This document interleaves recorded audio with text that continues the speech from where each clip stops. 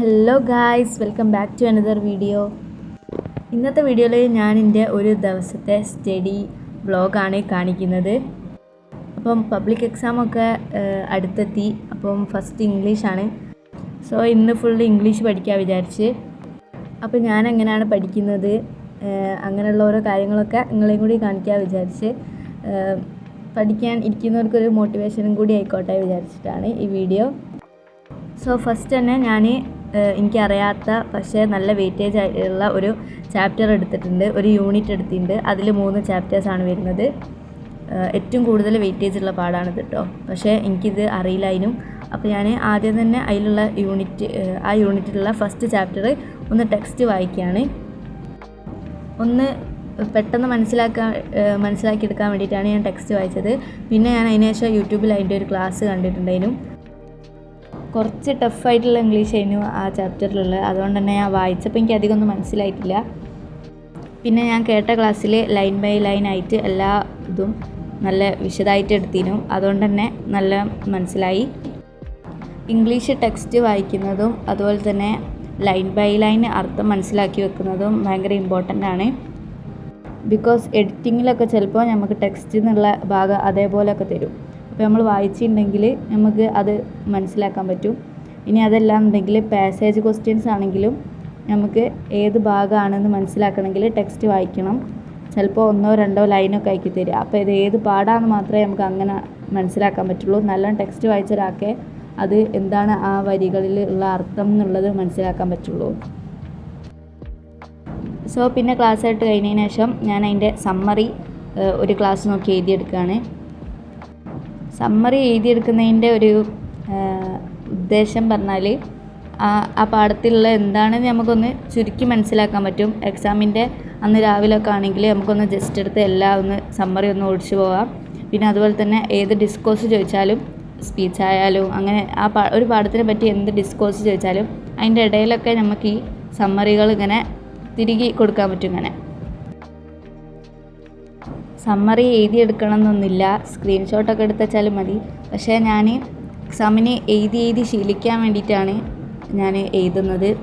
ടൈമൊക്കെ മാനേജ് ചെയ്യുമ്പോൾ നല്ല സ്പീഡിൽ എഴുതി ശീലിക്കാൻ വേണ്ടിയിട്ടാണ്. ഇംഗ്ലീഷ് എക്സാം എന്ന് പറഞ്ഞാൽ തന്നെ ടൈം എങ്ങനെ മാനേജ് ചെയ്യാം എന്നുള്ളതാണ്.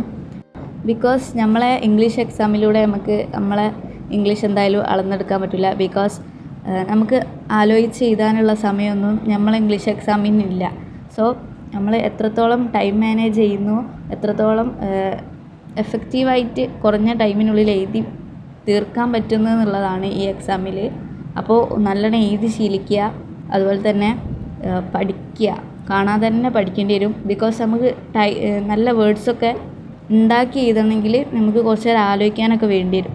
പക്ഷേ അത് അങ്ങനെ ആലോചിച്ച് കഴിയുമ്പോഴത്തേനും പിന്നെ എഴുതാനുള്ള സമയം ഉണ്ടാവില്ല. സോ ടൈം മാനേജ്മെൻറ്റ് ഒരു ഭയങ്കര ഇമ്പോർട്ടൻ്റ് ആയിട്ടുള്ളൊരു കാര്യമാണ്. ഞാൻ ഓരോ ക്വസ്റ്റ്യനും എഴുതാൻ എത്ര ടൈമാണ് എടുക്കൽ, എങ്ങനെയാണ് എനിക്കത് വർക്കാവില്ല എന്നുള്ളത് ഞാൻ കുറച്ച് കഴിഞ്ഞിട്ട് പറഞ്ഞുതരാം. അപ്പോൾ സമ്മറിയൊക്കെ എഴുതി കഴിഞ്ഞ് ഞാൻ പിന്നെ നേരെ ഫുഡ് കഴിക്കാനാണ് പോയത്. ഇപ്പം നിങ്ങൾ കണ്ടുകൊണ്ടിരിക്കുന്നതാണ് എൻ്റെ കുക്കിംഗ് സ്കിൽ. ഞാൻ ബുൾസൈ ഉണ്ടാക്കുമ്പം മുളകിൻ്റെ കൂടെ ഒരു വെളുത്തുള്ളി കൂടി ഇടലുണ്ട്. എന്തെങ്കിലും വെളുത്തുള്ളി ഇടുന്നത് എനിക്ക് ഭയങ്കര ഇഷ്ടമാണ്. എനിക്ക് ഭയങ്കര ഇഷ്ടമാണ് കേട്ടോ വെളുത്തുള്ളീൻ്റെ ചൊയ.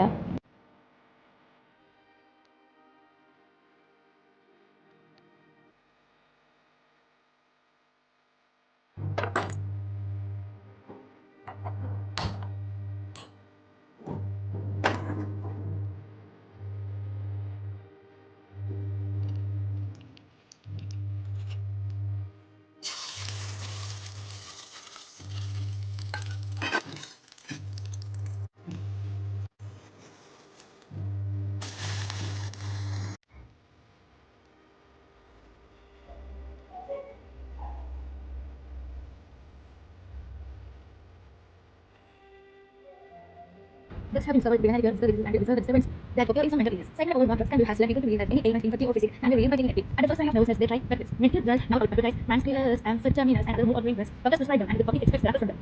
In such an atmosphere, it is not surprising that drug abuse has spread. When people become dependent on drugs to solve their problems, they lose their capacity to deal with life's situations through perseverance, self-discipline, and mental effort. It is now often considered a name which extends energy on solving a problem when there is an easy way out. It is a simple step from what drugs do for humanity. Thus, imagine what drugs can do for humanity already. A distinction must be made, however, between medicines so ഞാനെങ്ങനെ ഓരോ ക്വസ്റ്റ്യനും എത്ര ടൈമാണ് എടുക്കൽ എന്നുള്ളത് ഞാൻ പറഞ്ഞുതരാം. ആദ്യം തന്നെ കൂൾ ഓഫ് ടൈമിൽ ക്വസ്റ്റ്യൻസ് ഒക്കെ ഒന്ന് വായിക്കുക. 1 to 8 വരെയുള്ള 1 മാർക്ക് ക്വസ്റ്റ്യൻസിന് അന്നപ്പോൾ തന്നെ ആൻസർ കണ്ടിരിക്കണമെന്നില്ല. ജസ്റ്റ് ആ ക്വസ്റ്റ്യൻ ഒന്ന് വായിക്കുക. പാസേജ് ഏതാണെന്നൊന്ന് മനസ്സിലാക്കി വെക്കുകയും ചെയ്യുക.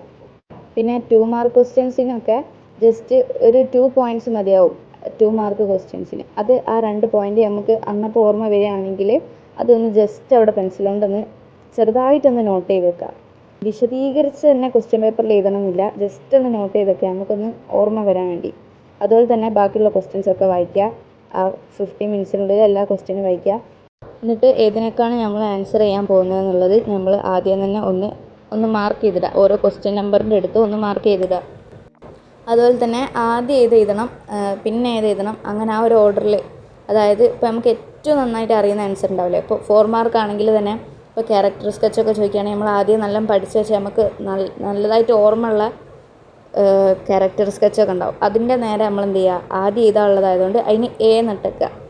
പിന്നെ ആ എ സെക്ഷൻ കഴിഞ്ഞാൽ പിന്നെ നമ്മൾ ഏത് എഴുതണം എന്നുള്ളതിന് ബി എന്നിട്ട് വെക്കുക. അങ്ങനെ ഇട്ട് വെച്ചാൽ നമുക്ക് പെട്ടെന്ന് എഴുതി കഴിയാൻ പറ്റും. പിന്നെ അതുപോലെ തന്നെ എല്ലാ ക്വസ്റ്റ്യൻ്റെ നേരെ നമുക്ക് ഓർമ്മ വരുന്ന പോയിൻറ്റ്സ് അപ്പം തന്നെ ആ കൂൾ ഓഫ് ടൈമിൽ തന്നെ എഴുതി വെക്കാനും മറക്കരുത്. ഇത് പറയുമ്പം കുറേ മാതിരി തോന്നുമെങ്കിലും ഇതൊക്കെ വളരെ പെട്ടെന്ന് ചെയ്യാൻ പറ്റുന്ന കാര്യമാണ്. അപ്പോൾ അത്രയൊക്കെ ഉള്ളൂ ഇന്നത്തെ ഒരു ചെറിയ വീഡിയോ. അപ്പോൾ എല്ലാവർക്കും യൂസ്ഫുള്ളായി വിചാരിക്കുന്നു. അപ്പം അഭിപ്രായങ്ങളൊക്കെ കമൻറ്റ് ചെയ്യുക, ലൈക്ക് ചെയ്യുക, ഷെയർ ചെയ്യുക, സബ്സ്ക്രൈബ് ചെയ്യുക. Thank you for watching. See you on next video. By.